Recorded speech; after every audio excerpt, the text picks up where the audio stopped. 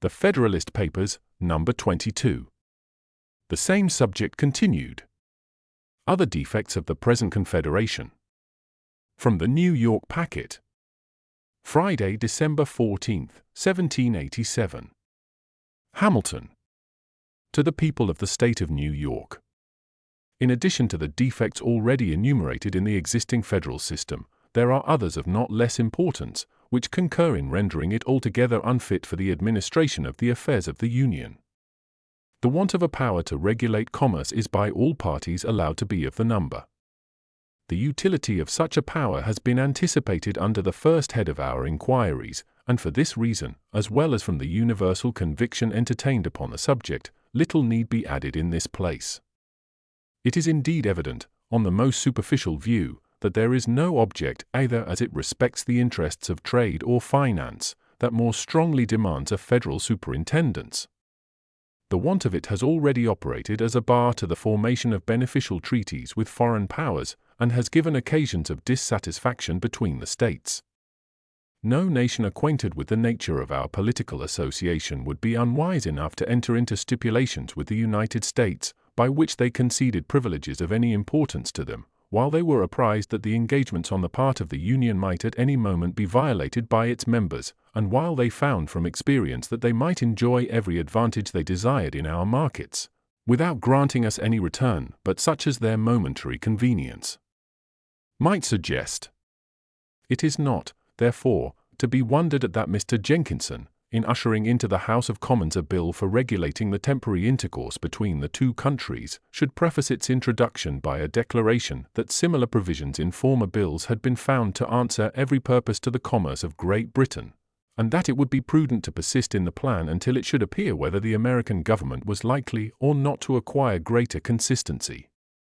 Several states have endeavored, by separate prohibitions, restrictions, and exclusions, to influence the conduct of that kingdom in this particular, but the want of concert, arising from the want of a general authority and from clashing and dissimilar views in the state, has hitherto frustrated every experiment of the kind, and will continue to do so as long as the same obstacles to a uniformity of measures continue to exist. The interfering and unneighborly regulations of some states, contrary to the true spirit of the Union, have in different instances given just cause of umbrage and complaint to others, and it is to be feared that examples of this nature, if not restrained by a national control, would be multiplied and extended till they became not less serious sources of animosity and discord than injurious impediments to the intercourse between the different parts of the Confederacy. The commerce of the German Empire is in continual trammels from the multiplicity of the duties which the several princes and states exact upon the merchandises passing through their territories, by means of which the fine streams and navigable rivers with which Germany is so happily watered are rendered almost useless, though the genius of the people of this country might never permit this description to be strictly applicable to us, yet we may reasonably expect, from the gradual conflicts of state regulations, that the citizens of each would at length come to be considered and treated by the others in no better light than that of foreigners and aliens. The power of raising armies, by the most obvious construction of the Articles of the Confederation, is merely a power of making requisitions upon the states for quotas of men. This practice in the course of the late war was found replete with obstructions to a vigorous and to an economical system of defense. It gave birth to a competition between the states which created a kind of auction for men. In order to furnish the quotas required of them, they outbid each other till bounties grew to an enormous and insupportable size. The hope of a still further increase afforded an inducement to those who were disposed to serve to procrastinate their enlistment, and disinclined them from engaging for any considerable periods. Hence, slow and scanty levies of men, in the most critical emergencies of our affairs, short enlistments at an unparalleled expense, continual fluctuations in the troops, ruinous to their discipline and subjecting the public safety frequently to the perilous crisis of a disbanded army. Hence, also, those oppressive expedients for raising men which were upon several occasions practiced, and which nothing but the enthusiasm of liberty would have induced the people to endure. This method of raising troops is not more unfriendly to economy and vigor than it is to an equal distribution of the burden. The states near the seat of war, influenced by motives of self-preservation, made efforts to furnish their quotas, which even exceeded their abilities, while those at a distance from danger were, for the most part, as remiss as the others were diligent in their exertions. The immediate pressure of this inequality was not in this case, as in that of the contributions of money, alleviated by the hope of a final liquidation. The states which did not pay their proportions of money might at least be charged with their deficiencies, but no account could be formed of the deficiencies in the supplies of men. We shall not, however, see much reason to reject the want of this hope, when we consider how little prospect there is that the most delinquent states will ever be able to make compensation for their pecuniary failures. The system of quotas and requisitions, whether it be applied to men or money, is, in every view, a system of imbecility in the Union, and of inequality and injustice among the members. The right of equal suffrage among the states is another exceptionable part of the Confederation. Every idea of proportion and every rule of fair representation conspire to condemn a principle which gives to Rhode Island an equal weight in the scale of power with Massachusetts, or Connecticut, or New York, and to Delaware an equal voice in the national deliberations with Pennsylvania, or Virginia, or North Carolina. Its operation contradicts the fundamental maxim of republican government, which requires that the sense of the majority should prevail. Sophistry may reply that sovereigns are equal, and that a majority of the votes of the states will be a majority of Confederated America. But this kind of logical legerdemain will never counteract the plain suggestions of justice and common sense. It may happen that this majority of states is a small minority of the people of America, and 2/3 of the people of America could not long be persuaded, upon the credit of artificial distinctions and syllogistic subtleties, to submit their interests to the management and disposal of 1/3. The larger states would after a while revolt from the idea of receiving the law from the smaller. To acquiesce in such a privation of their due importance in the political scale would be not merely to be insensible to the love of power, but even to sacrifice the desire of equality. It is neither rational to expect the first, nor just to require the last. The smaller states, considering how peculiarly their safety and welfare depend on union, ought readily to renounce a pretension which, if not relinquished, would prove fatal to its duration. It may be objected to this, that not 7 but 9 states, or 2/3 of the whole number, must consent to the most important resolutions, and it may be thence inferred that 9 states would always comprehend a majority of the Union. But this does not obviate the impropriety of an equal vote between states of the most unequal dimensions and populousness, nor is the inference accurate in point of fact, for we can enumerate 9 states which contain less than a majority of the people, and it is constitutionally possible that these 9 may give the vote. Besides, there are matters of considerable moment determinable by a bare majority, and there are others, concerning which doubts have been entertained, which, if interpreted in favor of the sufficiency of a vote of 7 states, would extend its operation to interests of the first magnitude. In addition to this, it is to be observed that there is a probability of an increase in the number of states, and no provision for a proportional augmentation of the ratio of votes. But this is not all. What at first sight may seem a remedy, is, in reality, a poison. To give a minority a negative upon the majority, which is always the case where more than a majority is requisite to a decision, is, in its tendency, to subject the sense of the greater number to that of the lesser. Congress, from the non-attendance of a few states, have been frequently in the situation of a Polish Diet, where a single vote has been sufficient to put a stop to all their movements. A 60th part of the Union, which is about the proportion of Delaware and Rhode Island, has several times been able to oppose an entire bar to its operations. This is one of those refinements which, in practice, has an effect the reverse of what is expected from it in theory. The necessity of unanimity in public bodies, or of something approaching towards it, has been founded upon a supposition that it would contribute to security. But its real operation is to embarrass the administration, to destroy the energy of the government, and to substitute the pleasure, caprice, or artifices of an insignificant, turbulent, or corrupt junto to the regular deliberations and decisions of a respectable majority. In those emergencies of a nation, in which the goodness or badness, the weakness or strength of its government is of the greatest importance, there is commonly a necessity for action. The public business must, in some way or other, go forward. If a pertinacious minority can control the opinion of a majority, respecting the best mode of conducting it, the majority, in order that something may be done, must conform to the views of the minority, and thus the sense of the smaller number will overrule that of the greater, and give a tone to the national proceedings. Hence, tedious delays, continual negotiation and intrigue, contemptible compromises of the public good. And yet, in such a system, it is even happy when such compromises can take place, for upon some occasions things will not admit of accommodation, and then the measures of government must be injuriously suspended, or fatally defeated. It is often, by the impracticability of obtaining the concurrence of the necessary number of votes, kept in a state of inaction.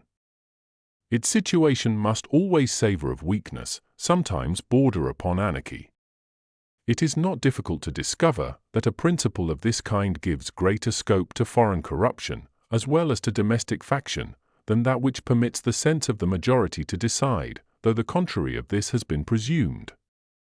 The mistake has proceeded from not attending with due care to the mischiefs that may be occasioned by obstructing the progress of government at certain critical seasons.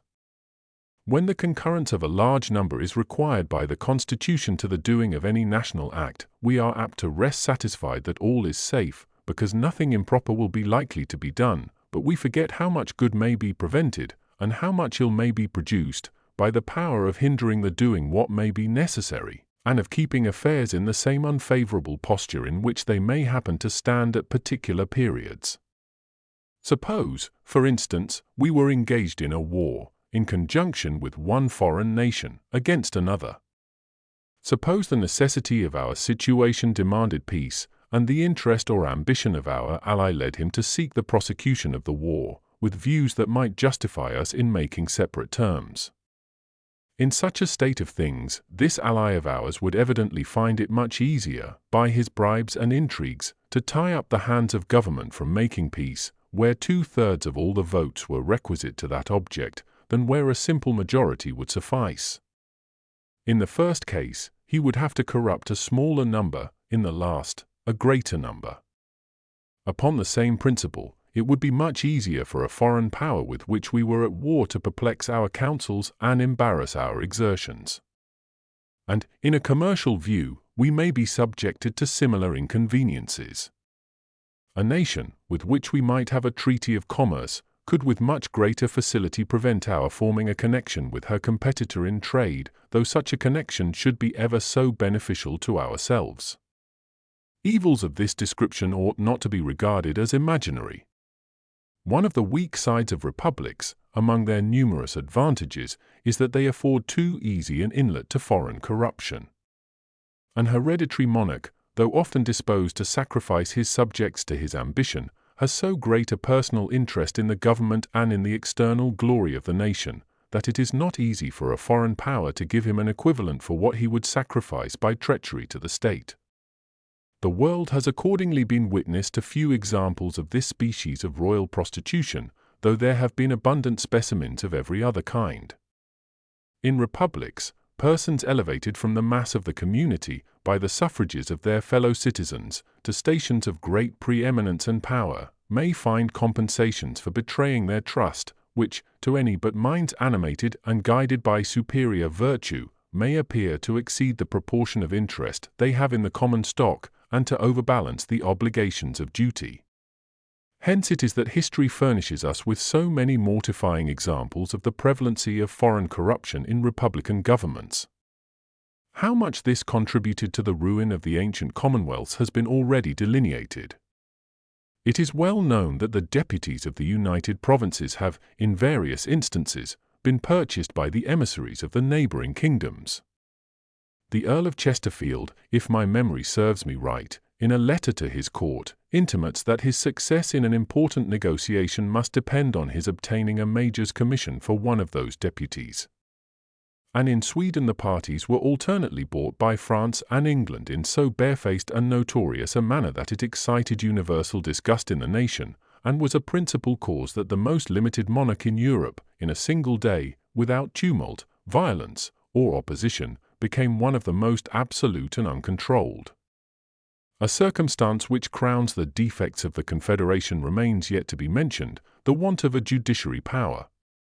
Laws are a dead letter without courts to expound and define their true meaning and operation. The treaties of the United States, to have any force at all, must be considered as part of the law of the land. Their true import, as far as respects individuals, must, like all other laws, be ascertained by judicial determinations. To produce uniformity in these determinations, they ought to be submitted, in the last resort, to one supreme tribunal. And this tribunal ought to be instituted under the same authority which forms the treaties themselves. These ingredients are both indispensable. If there is in each state a court of final jurisdiction, there may be as many different final determinations on the same point as there are courts. There are endless diversities in the opinions of men. We often see not only different courts, but the judges of the same court differing from each other. To avoid the confusion which would unavoidably result from the contradictory decisions of a number of independent judicatories, all nations have found it necessary to establish one court paramount to the rest, possessing a general superintendence, and authorized to settle and declare in the last resort a uniform rule of civil justice. This is the more necessary where the frame of the government is so compounded that the laws of the whole are in danger of being contravened by the laws of the parts. In this case, if the particular tribunals are invested with a right of ultimate jurisdiction, besides the contradictions to be expected from difference of opinion, there will be much to fear from the bias of local views and prejudices, and from the interference of local regulations. As often as such an interference was to happen, there would be reason to apprehend that the provisions of the particular laws might be preferred to those of the general laws, for nothing is more natural to men in office than to look with peculiar deference towards that authority to which they owe their official existence. The treaties of the United States, under the present Constitution, are liable to the infractions of 13 different legislatures, and as many different courts of final jurisdiction, acting under the authority of those legislatures. The faith, the reputation, the peace of the whole Union are thus continually at the mercy of the prejudices, the passions, and the interests of every member of which it is composed. Is it possible that foreign nations can either respect or confide in such a government? Is it possible that the people of America will longer consent to trust their honor, their happiness, their safety, on so precarious a foundation? In this review of the Confederation, I have confined myself to the exhibition of its most material defects, passing over those imperfections in its details by which even a great part of the power intended to be conferred upon it has been in a great measure rendered abortive. It must be by this time evident to all men of reflection, who can divest themselves of the prepossessions of preconceived opinions, that it is a system so radically vicious and unsound, as to admit not of amendment but by an entire change in its leading features and characters. The organization of Congress is itself utterly improper for the exercise of those powers which are necessary to be deposited in the Union. A single assembly may be a proper receptacle of those slender, or rather fettered, authorities, which have been heretofore delegated to the federal head, but it would be inconsistent with all the principles of good government to entrust it with those additional powers which even the moderate and more rational adversaries of the proposed Constitution admit ought to reside in the United States.